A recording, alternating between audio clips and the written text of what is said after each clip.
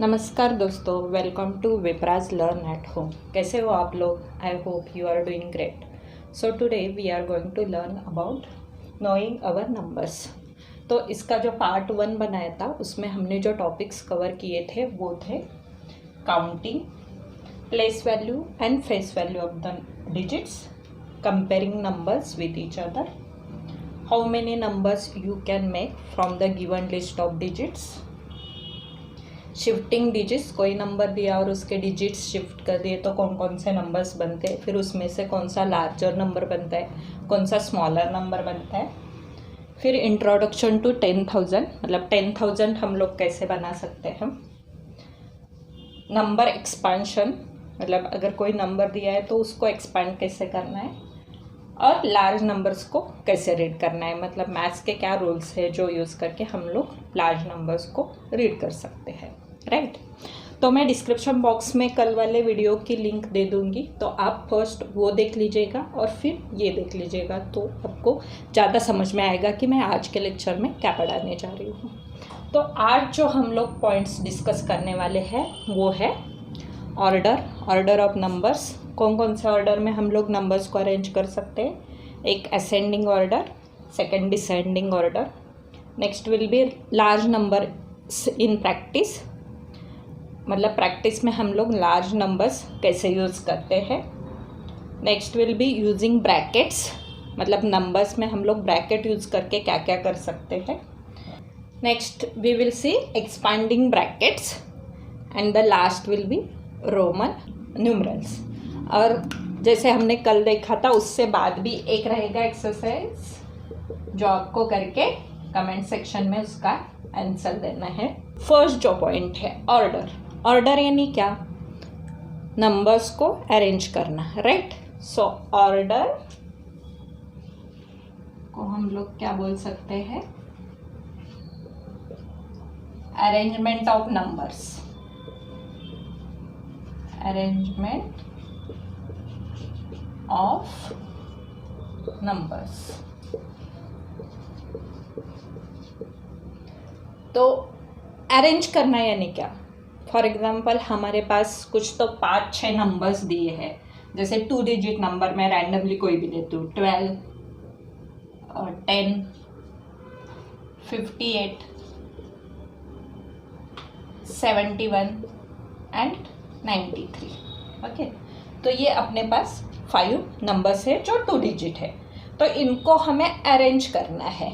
तो अरेंज यानी sorting, right. तो वो सॉर्टिंग करने के लिए या अरेंज करने के लिए 2 रूल्स रहते हैं। एक तो हम लोग from smaller number two greater number जा सकते हैं, उसको बोलते हैं असेंडिंग ऑर्डर। और ग्रेटर नंबर मतलब फर्स्ट जो लार्जेस्ट नंबर रहेगा वो ले लेंगे, उसके बाद उससे छोटा, ऐसे करके जो ग्रेटर, फिर उससे छोटा, सबसे एंड में सबसे जो स्मॉलेस्ट नंबर रहेगा उसको ले लेंगे, तो उसको बोलते हैं डिसेंडिंग ऑर्डर। तो अगर इन 5 नंबर्स को हमें असेंडिंग ऑर्डर में अरेंज करना है, असेंडिंग ऑर्डर, तो असेंडिंग ऑर्डर में हम लोग सबसे पहले छोटा नंबर लेते हैं, राइट। तो इन 5 में सबसे छोटा कौन सा है, 10। ओके, तो फर्स्ट 10 आएगा, फिर 10 हो गया।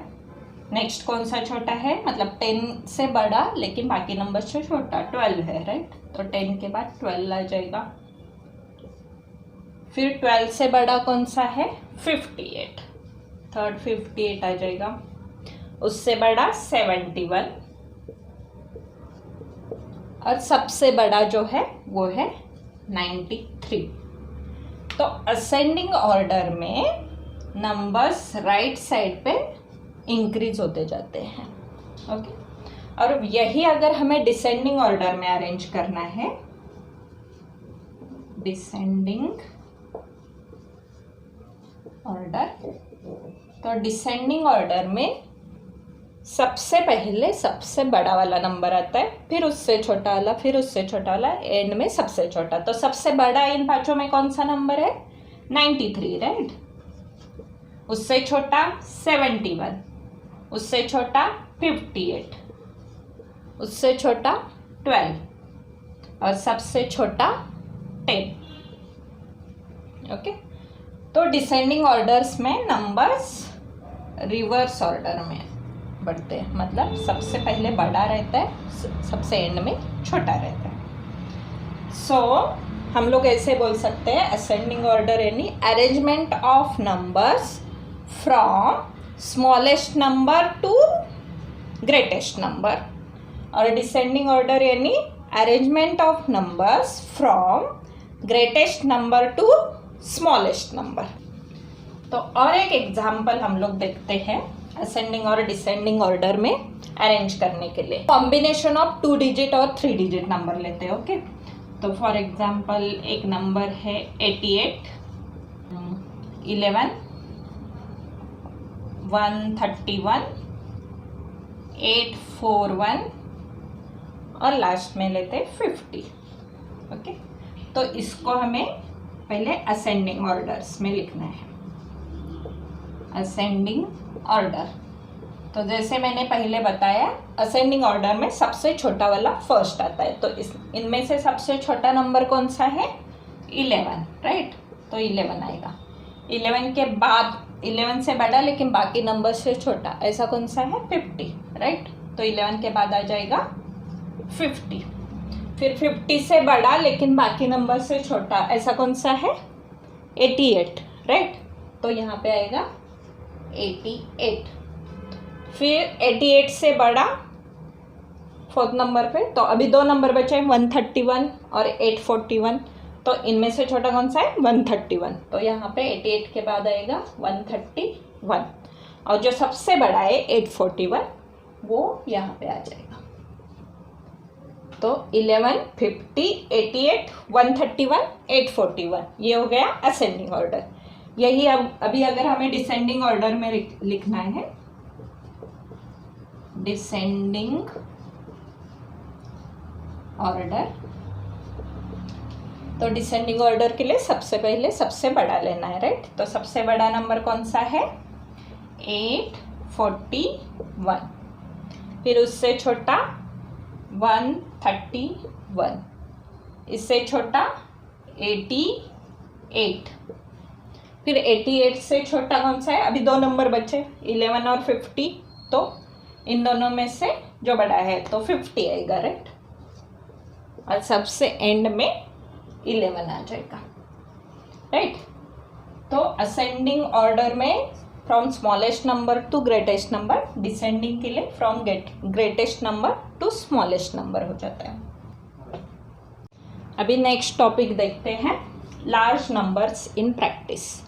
तो लार्ज नंबर्स हम लोग इन प्रैक्टिस क्या क्या चीज़ के लिए यूज़ करते हैं? For measuring lengths, for measuring weight, for measuring liquid, और मेडिसिन्स का भी जो डॉक्टर्स प्रिस्क्रिप्शन में लिख देते हैं कि 50 mg वाली टैबलेट लेना, 500 mg वाली टैबलेट लेना, तो उनके लिए भी हम लोग नंबर्स यूज़ करते हैं, राइट।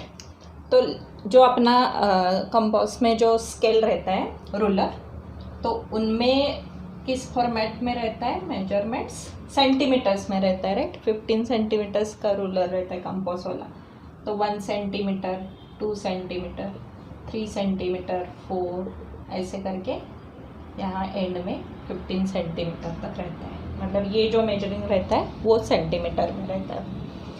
तो वैसे एक 1 सेंटीमीटर यानी सेंटीमीटर से भी एक छोटा यूनिट है, दैट इज मिलीमीटर। 1 सेंटीमीटर यानी 10 मिलीमीटर, राइट। फिर 1 मीटर, 1 मीटर यानी 100 सेंटीमीटर्स। तो सेम अगर हमें 1 मीटर को मिलीमीटर में करना है तो इसको मल्टीप्लाई बाय 10 आ जाएगा, तो 1000 मिलीमीटर। फिर सपोज 2 सिटी के बीच का डिस्टेंस मेजर करना है, for example Mumbai to Delhi कितना डिस्टेंस है, तो वो हम लोग किलोमीटर में दिखाते हैं, राइट। तो 1 kilometre equal to 1000 metres, right. और सेम अगर हमें सेंटीमीटर में दिखाना है तो 1 किलोमीटर यानी 1000 मीटर, और 1 मीटर यानी 100 सेंटीमीटर, तो मल्टीप्लाई बाय हमें 100 करना पड़ेगा यहाँ पे, तो ये हो जाएगा 1,00,000 सेंटीमीटर। तो 1 किलोमीटर यानी 1,00,000 सेंटीमीटर। वही अगर हमें मिलीमीटर में दिखाना है तो 1000 मीटर इंटू 1 मीटर यानी 1000 मिलीमीटर, तो मल्टीप्लाई बाय 1000 इतना मिलीमीटर हो जाएगा, यानी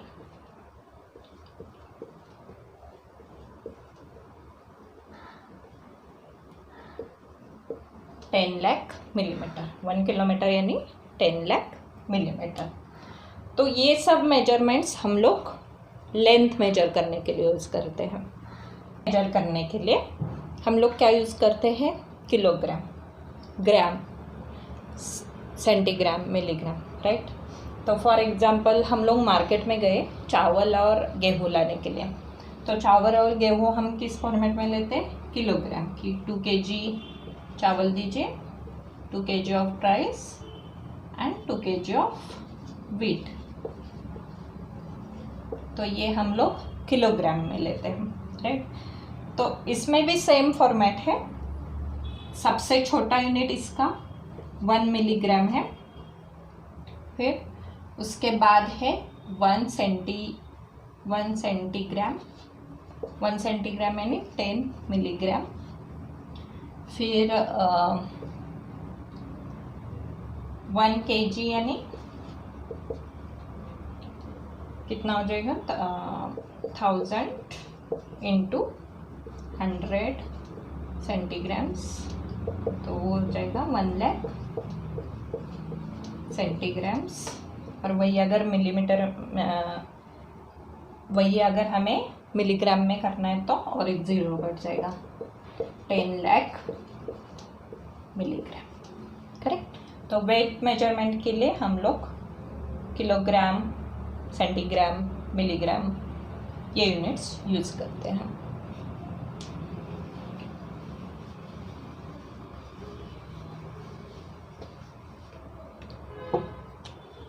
अभी देखते हैं लिक्विड मेजरमेंट के लिए हम लोग क्या यूज़ करते हैं।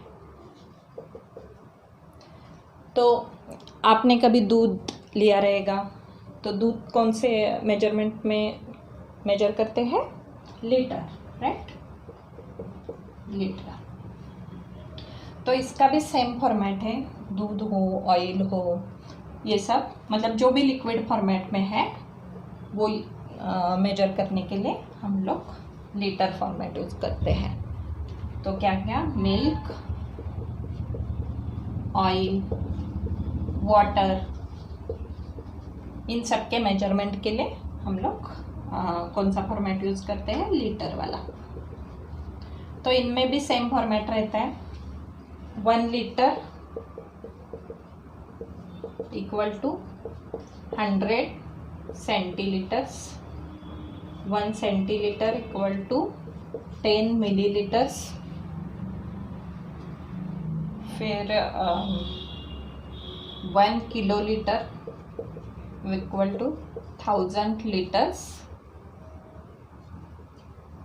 फिर उसी को अगर हमें सेंटीलीटर में करना है तो 1000 into 100 सेंटीलीटर्स equal to 1,00,000 सेंटीलीटर्स, right.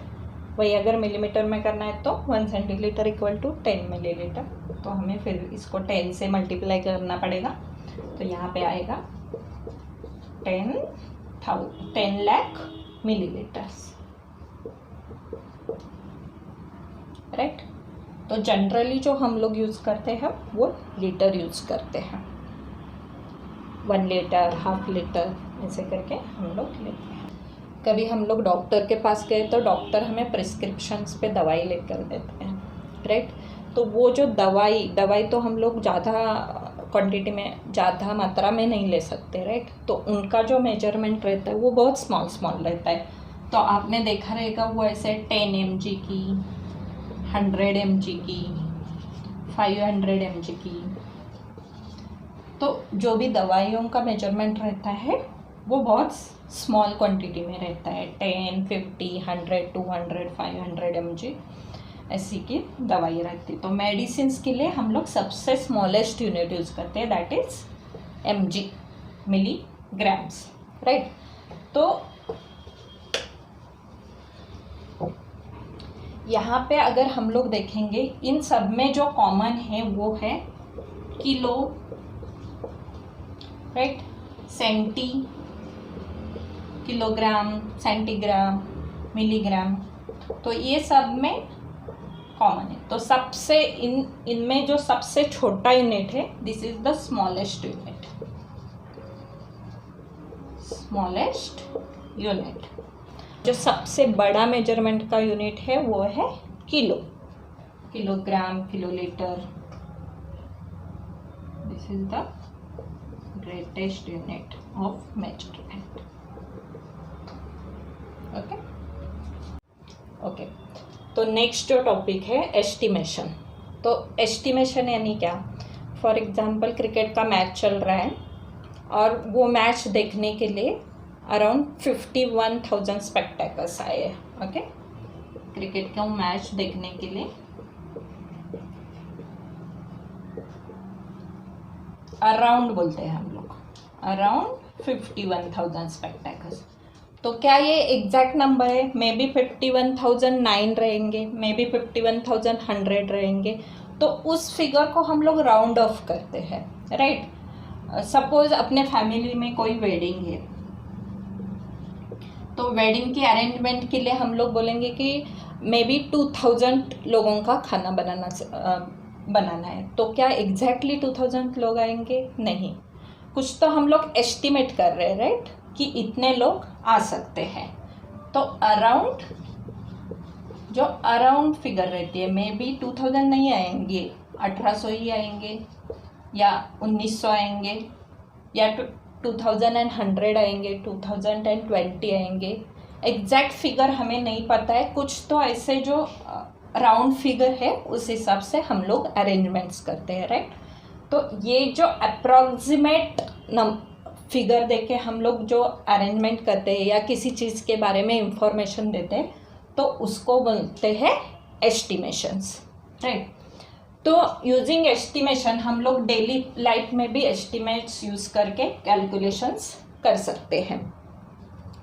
For example, suppose आपको एक मल्टीप्लिकेशन दिया है 91 बाय 91।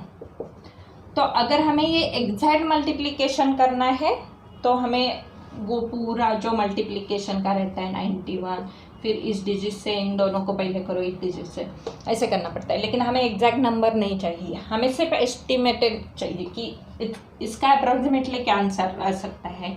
तो हम लोग ऐसे कर सकते हैं, जो राउंड नियर फिगर रहेगी उससे। तो ये दोनों जीरो राइट में आ जाएंगे, 9981। तो ये बोर्ड पे करने की ज़रूरत भी नहीं है, राइट। तो हम लोग डायरेक्टली अपने दिमाग के अंदर करके बता सकते हैं। तो अभी हम लोग देखते हैं कि ये जो एडिशन, सब्सट्रैक्शन, मल्टीप्लिकेशन, ये एस्टिमेशन यूज़ करके हम लोग क्विकली कैसे कर सकते हैं। ओके, तो यहाँ पे एक एग्जाम्पल एडिशन का दिया हुआ है, 5290 प्लस 17,986। तो इनका हमें एग्जैक्ट आंसर नहीं चाहिए, एस्टिमेशन यूज़ करके कि कितना अप्रॉक्सीमेटली आंसर आएगा। तो हम लोग 5290 को डायरेक्टली 5,000 ले सकते हैं, और 1800 के नज़दीक है ये, राइट। तो यहाँ पे डायरेक्टली 1800 ले सकते हैं। तो 18,000 प्लस 5,000 23,000, करेक्ट। तो this is approximately, not the exact answer, this approximately मतलब एस्टिमेशन है। सेम अगर सब्सट्रैक्शन करना है तो ये 5,673 माइनस 436, तो ये हमें पेपर और पेन लेते करते बैठना पड़ेगा, राइट। तो अगर एस्टिमेटेड सिर्फ वैल्यू चाहिए, एग्जैक्ट नहीं आंसर चाहिए, तो उस केस में हम लोग क्या कर सकते हैं, इसको हम लोग डायरेक्टली, ये नियर टू कहाँ पे है, 5,700 माइनस 436 यानी नियर टू 400 है, राइट। तो इसका आंसर ऐसे डायरेक्टली बोल सकते हैं कि 5,700 में से 400 गया तो 5,300, correct. So this is the approximate answer for this second.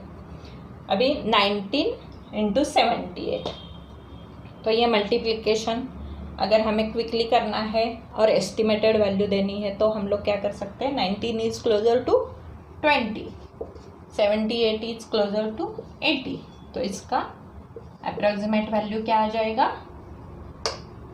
8 to the 1600, correct. और एक एग्जांपल देखते हैं, 63 इंटू 182, तो 63 is near to 60, 182 is near to 180, तो इसका हो जाएगा 10,800, so all these are estimated figures, not the exact answers. अभी नेक्स्ट टॉपिक देखते हैं, using brackets. Suppose Meera shop पे गई और उसने 6 नोटबुक्स लाए, 6 नोटबुक्स, शी बॉट 6 नोटबुक्स, और हर एक नोटबुक का प्राइस है 10 रुपीज, करेक्ट, और ईच नोटबुक। उसकी सिस्टर सीमा भी शॉप में गई और वो लेकर आई 7 नोटबुक्स ऑफ सेम टाइप, मतलब उसका भी प्राइस रहेगा हर एक नोटबुक का 10 रुपीज ईच नोटबुक। ओके, तो ये टोटल कॉस्ट कितना हुआ, तो मीरा ने जो कैलकुलेट किया, अभी मीरा कैलकुलेट कर रही है, तो मीरा ने कहा कि मैंने 6 नोटबुक्स लाए, हर एक नोटबुक का कॉस्ट है 10, प्लस मीरा ने 7 नोटबुक्स लाए और उसके भी हर एक नोटबुक का कॉस्ट है 10, करेक्ट। तो ये हो गया 6 इंटू 10 60 प्लस 7 इंटू 10 70, तो टोटल जो कॉस्ट ऑफ नोटबुक्स हो गया वो है 130। ये मीरा ने कैलकुलेट किया। वही सीमा ने कैसे कैलकुलेट किया कि हम दोनों ने सेम प्राइस की नोटबुक्स लाई है, तो मेरी सिस्टर ने 6 लाई है, मैंने 7 लाई है, तो टोटल कितनी नोटबुक लाई हमने 30, और हर एक नोटबुक की कॉस्ट कितनी है 10, तो टोटल हमें कॉस्ट पड़ा 130 रुपीज़, करेक्ट। तो यही अगर उन्होंने ब्रैकेट यूज़ करके किया रहता तो मीरा ने कितनी नोटबुक्स लाई 6, हर एक का प्राइस 10, और सीमा ने 7, हर एक का प्राइस 10, तो इसको हम लोग जो कॉमन है वो बाहर निकाल सकते हैं। ये जो कॉमन है वो छोड़ देते हैं, 6 बीच में साइन प्लस 7 और इतनी नोटबुक्स और हर एक का प्राइस 10, राइट। तो जो मैथ्स का रूल है कि ब्रैकेट को पहले रिजॉल्व करना है, तो 6 प्लस 7 कितना हो जाएगा 13 इंटू 10, तो टोटल 13 और हर एक का प्राइस 10, तो ये हो जाएगा 130 रुपीज़। तो ऐसे ब्रैकेट यूज़ करके लाइफ थोड़ी इजी हो जाती है। नेक्स्ट जो टॉपिक है, expanding brackets. Expanding brackets, okay. तो फॉर एग्जांपल मुझे 7 इंटू 109 करना है, तो ये ब्रैकेट यूज़ करके हम लोग कैसे कर सकते हैं, 7 तो हम लोग एज इट इज़ रखेंगे, 109 को हम लोग एक्सपांड करेंगे, तो 109 को हम लोग क्या कर सकते हैं 100 प्लस 9, करेक्ट, 100 प्लस 9 109, और ये 7 इंटू वैसे रखना है, तो इसको एक्सपांड करेंगे 7 इंटू 100 प्लस 7 इंटू 9, तो ये हो जाएगा 700 प्लस 63, तो टोटल आ जाएगा 763। तो ब्रैकेट यूज़ करके ये इजी हो गया, राइट।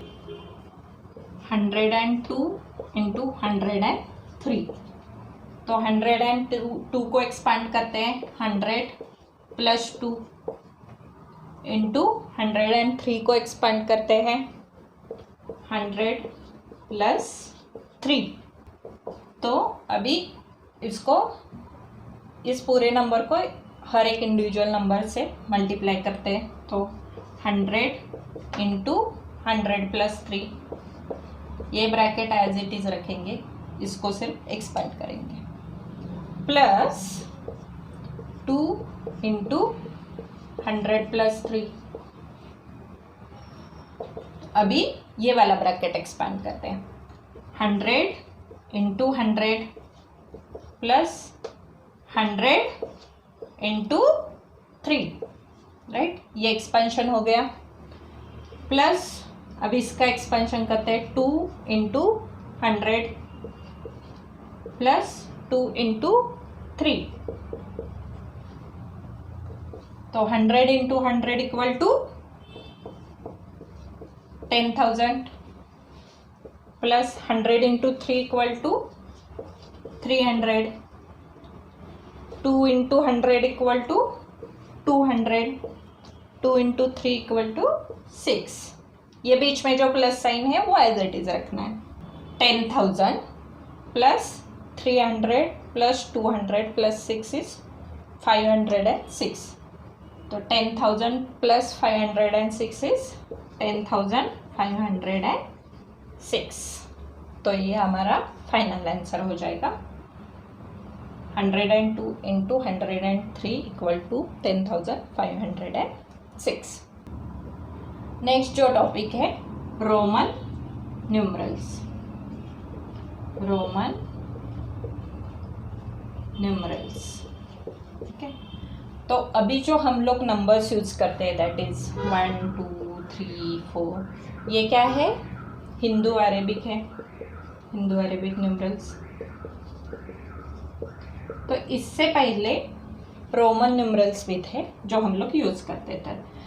तो रोमन न्यूमरल्स कैसे लिखते हैं, 1 2 3 4 5 6 7 ऐसे 10 से so on। तो these are called Roman numerals. तो अभी हम लोग कहाँ कहाँ पे रोमन न्यूमरल्स यूज़ करते हैं, आप लोग बता सकते हो। फॉर एग्जांपल कुछ जो वॉल पे घड़ी लगी रहती है, वॉल क्लॉक, उनमें रोमन न्यूमरल्स रहते हैं, राइट। हैंड वॉच में भी रहते हैं। फिर स्कूल का जो टाइम टेबल रहता है उसमें भी हम लोग रोमन न्यूमरल्स यूज़ करते हैं। तो अभी जो आ गया आपका आज का एक्सरसाइज, मतलब जो भी हमने आज पढ़ा है वो यूज़ करके आपको आज का एक्सरसाइज करना है। तो आज का एक्सरसाइज है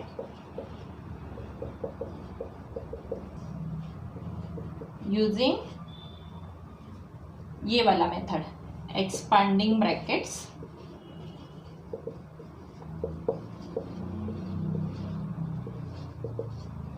आपको आंसर निकालना है फॉर 19 इंटू 109 का। डायरेक्टली मल्टीप्लिकेशन नहीं करना है, एक्सपांडिंग ब्रैकेट्स यूज़ करके करना है ताकि आपका वो कंसेप्ट ज़्यादा क्लियर हो जाए।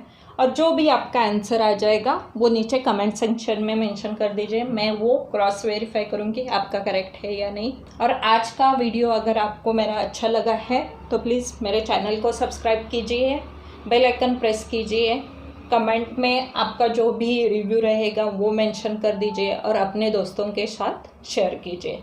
Have a nice day, bye bye.